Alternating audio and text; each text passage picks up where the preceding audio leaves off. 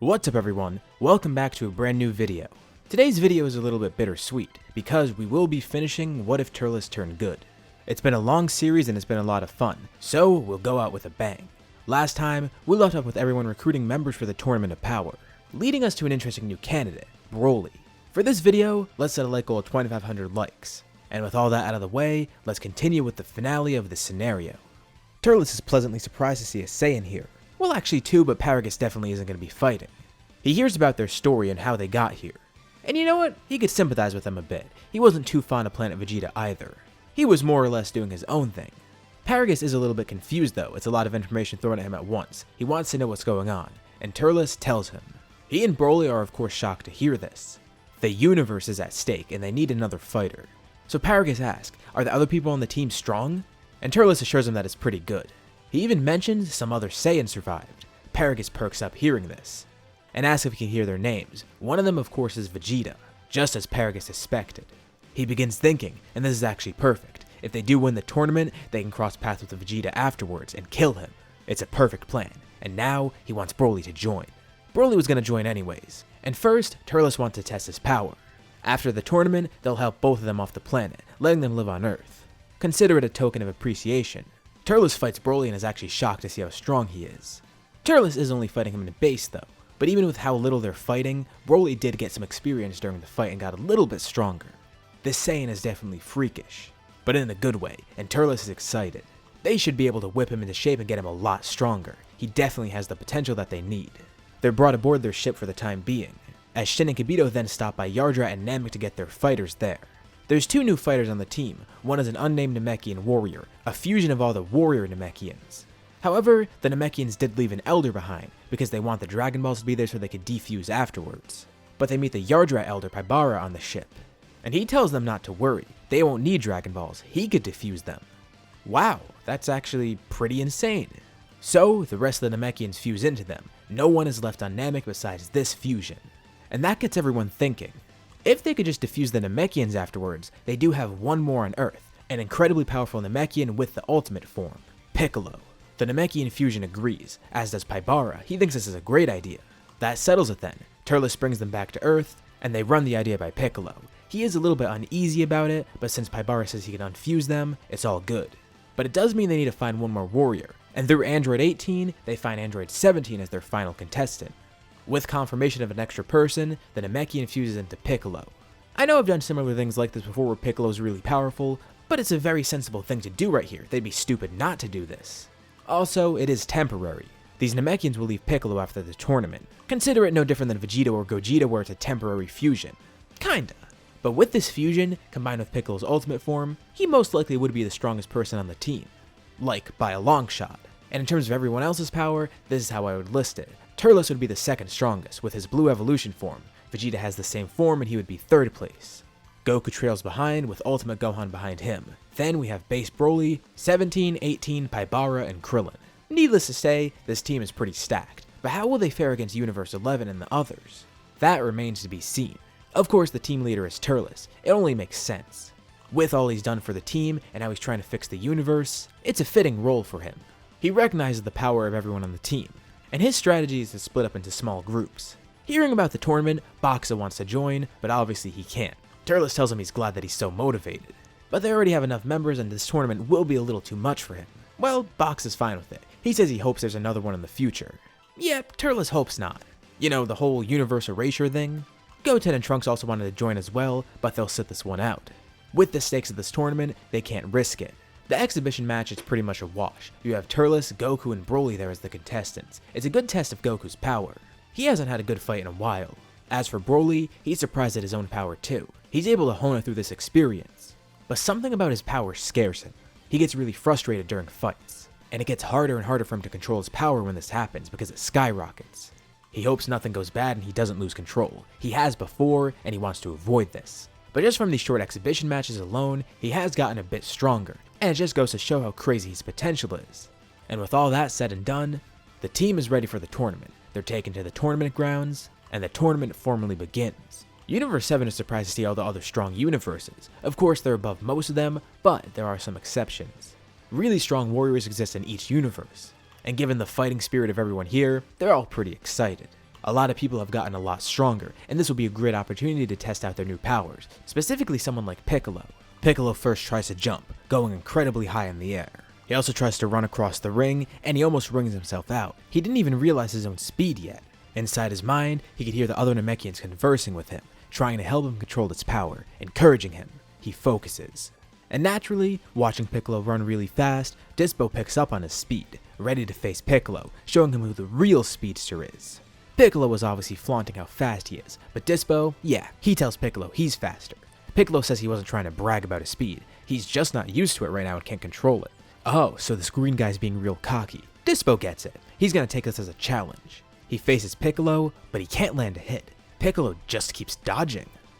This is pretty fun. Piccolo's able to outpace someone this strong, and he still has his weights on while doing it. Dispo's surprised but not discouraged, and he goes into his light speed mode. But even this isn't fast enough for Piccolo. As Dispo runs around him, Piccolo stretches his arm out, clotheslining Dispo. He runs into Piccolo's arm and falls back, and as he hits the ground, Piccolo grabs his leg with that same arm. He swings Dispo around Mario style and flings him out of the ring. That was pretty sick. Piccolo's amazed. Universe 11 has already lost one of their top 3 fighters as well. In another part of the ring, Vegeta's facing another top warrior. They've identified Universe 11 as a threat, but the same goes for Universe 7. After they lost Dispo, they know they have to keep an eye on this universe, so Toppo is now facing off against Vegeta, way earlier than normal. But this fight is a lot more clear-cut than it seems. Vegeta's already had Blue Evolution for a while and he's been practicing with it. He's pretty strong, and Toppo hesitates, thinking about bringing out his God of Destruction mode, but he doesn't. Vegeta assumes this is all he's got, and doesn't coax him into bringing out this form. In Blue Evolution, Vegeta's able to defeat Toppo, relatively easy in fact. As for Broly, he's able to do pretty well in base, but one of his fights puts him against Hit. Hit's able to pick this guy out and sees that he has some weirdly strong powers. It's almost like there's someone on his team just like Broly. This shouldn't be too hard for Hit. He continuously time skips and outpaces Broly, about to defeat him. As he keeps dashing by Broly with his time skipping, he lands punches here and there, and Broly is slowly getting angrier. He's getting toyed with. This is what he was worried about.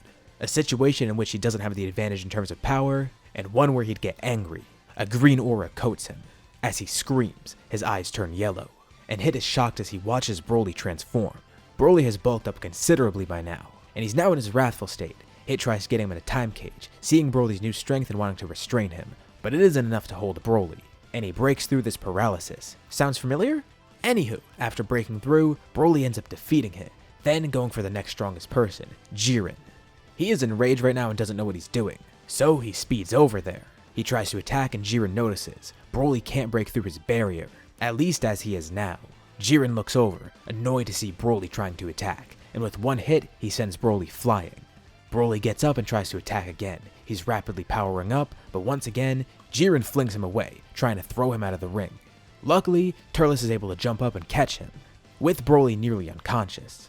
Paibara teleports over and heals Broly. Paibara is sticking with Turles because he's not really the strongest person here, and he has a lot of good support abilities.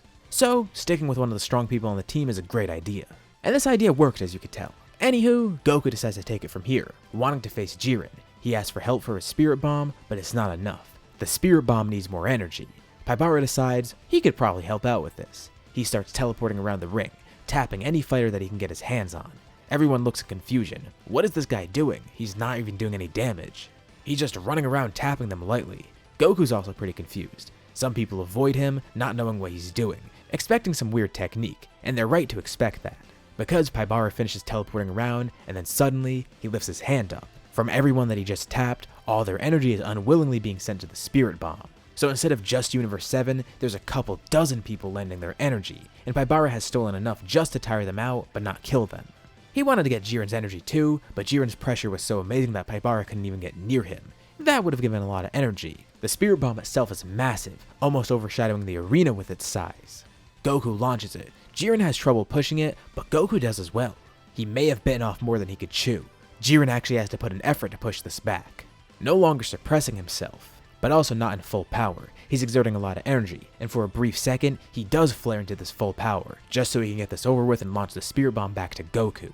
And naturally this results in the birth of Ultra Instinct Goku, with everyone looking in awe. Luckily, Goku can be healed by Paibara after this, so he's not out of stamina. Meanwhile, Gohan is facing the 3 Saiyans from Universe 6, feeling that he could take them alone. Kaba is ready to fight, remembering Gohan from before, and Gohan's ready too. he tells them to make a promise with him. If they win, which frankly is really unlikely, he wants them to revive the other universes, and if he wins, he'll do the same.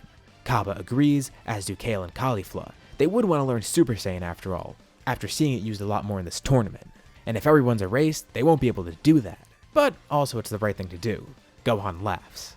And he's glad to hear this. He's able to defeat them, not only because he's stronger here, but they're all weaker because they don't have Super Saiyan.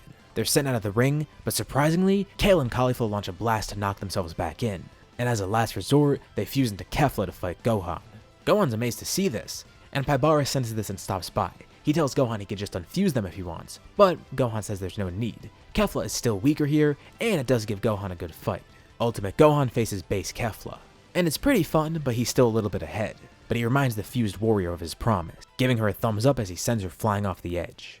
Piccolo faces the Universe 6 Namekians, and they share a mutual respect, although Piranha decides to fuse into Saunel, seeing this as their only option, because Piccolo's not even fighting them seriously. But after they fuse together, it gets Piccolo to strain himself a bit. They're now one and the same, all of Universe 6's Namekians versus all of Universe 7's Namekians.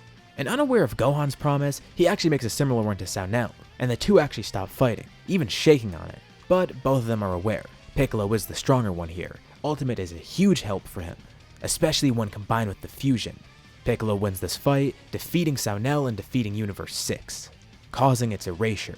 Turles, Vegeta, and Broly stick together with Paibara now, with Vegeta trying to see if Broly can access that same power that he did before. He does actually do it once more, and this time, Turles is trying to help him control it.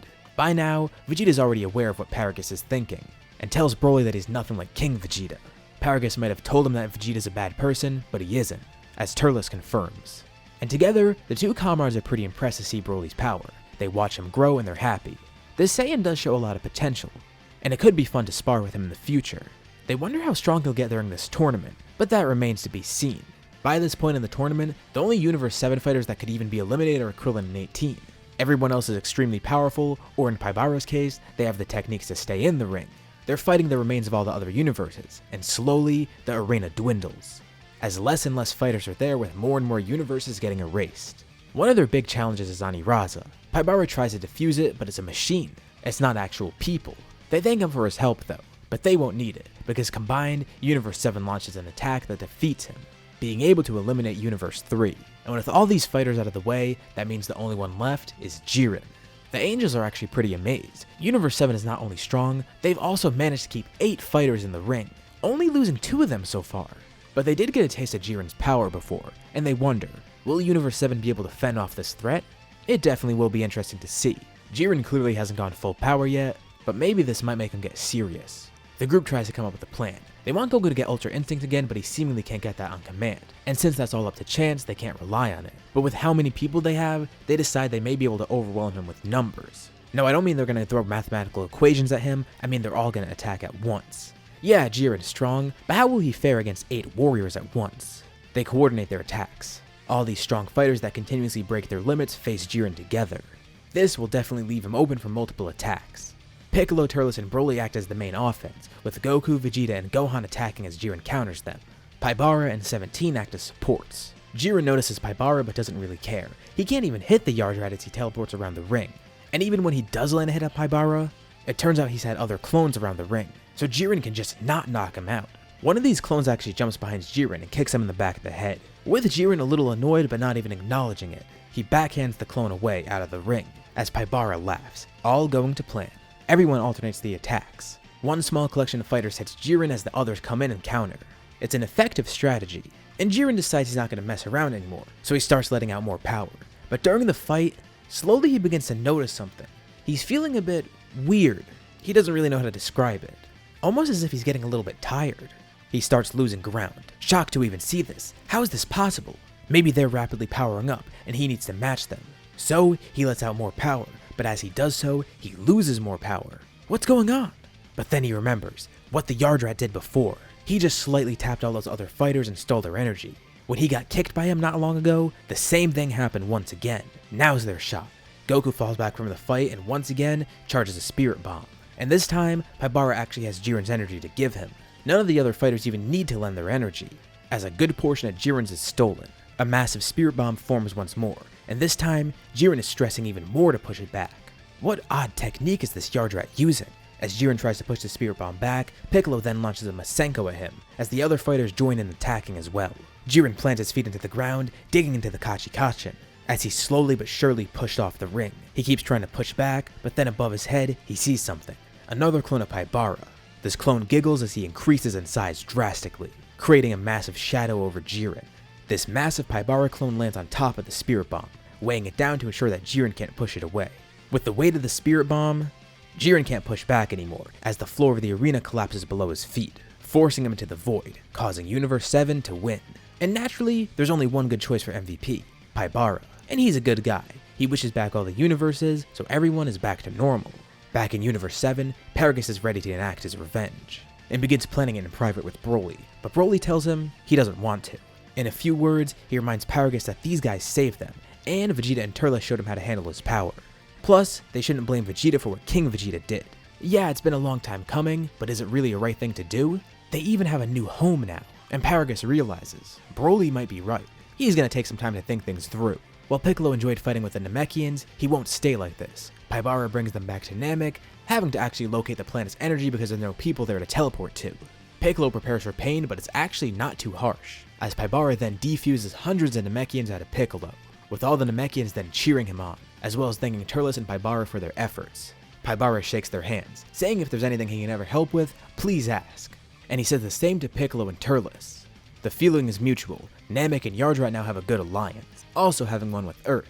And because of this alliance, the Moro arc is avoided. Once Moro attacks Namek, they already remember Paibara, and consult him telepathically. He teleports to Namek with some other Yardrats, and they're able to drain Moro's energy after attacking, while the Namekians fuse together and attack him. Without any of the main characters, Namek defended itself, and Moro is locked up after the Namekian savior defeats him with the help of Paibara. Goku, Vegeta, and Turles were on their way to Namek with Miras, but just as soon as they land, it's over. Miras tells him he's sorry. Guess it was a false alarm, and they all go back home. Peace at last. Everyone is together on Bulma's vacation island. Nearby, Goku and Gohan are telling Videl, Goten, and Chi-Chi about the tournament. Broly chills in the pool. You know, he's very fond of water. Paragus is getting his disgusting old feet rubbed by some of Bulma's personal masseuse. As Bulma and Tights, the sisters who barely saw each other not too long ago, are now again together. Piccolo peacefully meditates nearby. The two comrades, Vegeta and Turles, relax now, laying back on their beach chairs, looking back on where their encounters have brought them. They've come quite a long way from the Saiyans they once were. Turles sought power, wanting to rule and destroy the universe. But now, he helps save the planet that he once destroyed with the Tree of Might, as well as the universe and another timeline. Vegeta also saw unfathomable power, and the ability to defeat Frieza, as well as wanting to kill Kakarot. The two pals watch as Boxa and Trunks spar, clinking their glasses with a cheers. Vegeta then suggests, you know, for old time's sake, why not spar for a bit? Turles sits up and agrees as the two get out of their chair, hovering over the water as Trunks and Boxa look. Darn it, Goku missed out. He wanted to join, but he just watches. The two comrades prepare to fight, and then fly towards each other. Their fists clash as the two grin. This fight will be fun. And with that, we end this scenario. This what if started when I was at 10k, and now I'm almost at 90k. Not only did we get to see Turles grow, but funny enough, this what if sprawled across a long period for my channel too. It's one of my longest running series in terms of parts and duration, as well as one of my favorites. I really do love Turles and I'm glad I got to give him a chance to shine, as well as ending it on such a high note. So what did you guys think about this scenario? Leave your thoughts and suggestions in the comments below. I'll be sure to check them out to see what you guys think. As always, if you liked the video, be sure to drop a like. And if you haven't already, why not subscribe, as well as hitting the bell icon to get notified about any future uploads to this channel. Thank you all for watching, thank you for supporting this scenario, and I'll see you all in my next video.